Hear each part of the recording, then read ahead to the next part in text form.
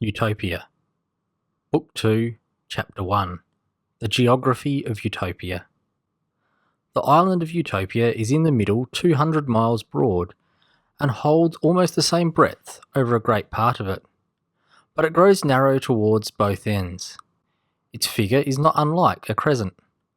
Between its horns the sea comes in 11 miles broad and spreads itself into a great bay, which is environed with land to the compass of about 500 miles, and is well secured from winds. In this bay there is no great current. The whole coast is, as it were, one continued harbour, which gives all that live in the island great convenience for mutual commerce. But entry into the bay, occasioned by rocks on the one hand and shallows on the other, is very dangerous. In the middle of it there is one single rock which appears above the water, and may, therefore, be easily avoided, and on the top of it there is a tower, in which a garrison is kept. The other rocks lie under water, and are very dangerous. The channel is known only to the natives, so that if any stranger should enter into the bay without one of their pilots, he would run great danger of shipwreck. For even they themselves could not pass it safe, if some marks that are on the coast did not direct their way. And if these should be but a little shifted, any fleet that might come against them, however great soever they were, would be certainly lost. On the other side of the island there are likewise many harbours, and the coast is so fortified, both by nature and art, that a small number of men can hinder the descent of a great army. But they report, and there remains good marks of it to make it credible, that this was no island at first, but part of a continent. Utopus that conquered it, whose name it still carries, for Abraxa was its first name, brought the rude and uncivilized inhabitants into such a good government, and to that measure of politeness, that they now far excel all the rest of mankind. Having soon subdued them, he designed to separate them from the continent, and to bring the sea quite round them. To accomplish this, he ordered a deep channel to be dug, 15 miles long, and that the natives might not think he treated them like slaves, he not only forced the inhabitants, but also his own soldiers, to labour in carrying it on. As he set a vast number of men to work, he, beyond all men's expectations, brought it to a speedy conclusion.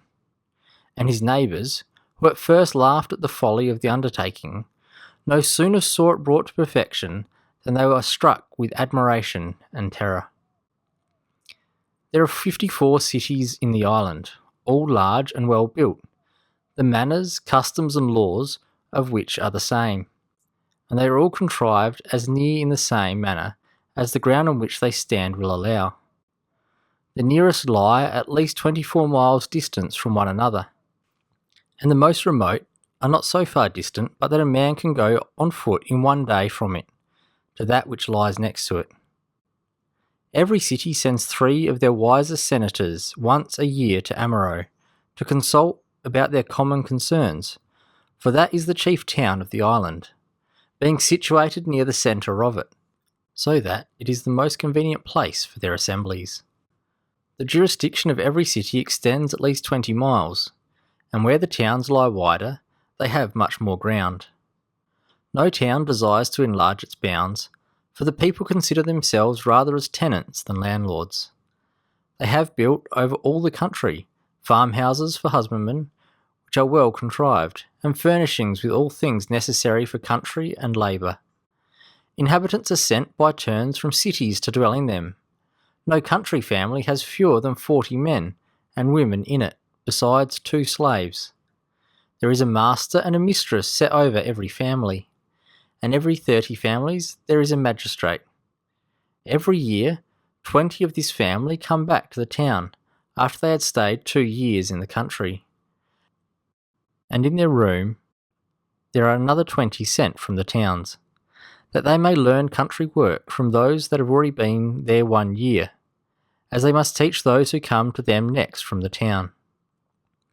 By this means, such as dwell in those country farms are never ignorant of agriculture, and so commit no errors which might otherwise be fatal, and bring them under a scarcity of corn.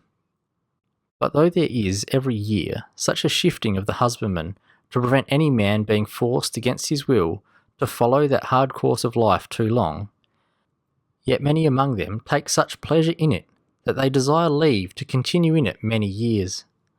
These husbandmen till the ground, breed cattle, hew wood, and convey it to the towns either by land or water, as is most convenient.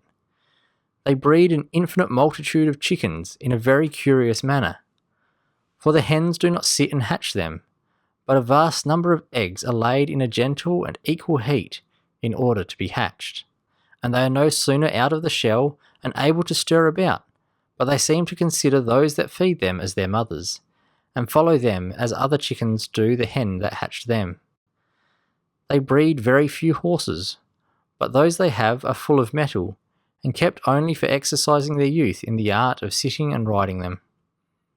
For they do not put them to any work, either of ploughing or carriage, in which they can employ oxen. For though their horses are strong, yet they find oxen can hold out longer, and as they are not subject to so many diseases, so they are kept upon a less charge and with less trouble. And even when they are so worn out that they are no more fit for labour, they are good for meat at last. They sow no corn, but that which is to be theirs for bread. For they drink either wine, cider, or perry, and often water, sometimes boiled with honey or licorice, with which they are bound.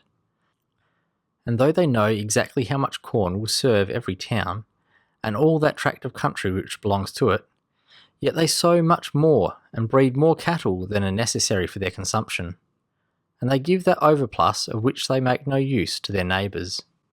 When they want anything in the country which does not produce, they fetch it from the town, without carrying anything in exchange for it, and the magistrates of the town take care to see it is given to them, for they meet generally in the town once a month upon a festival day.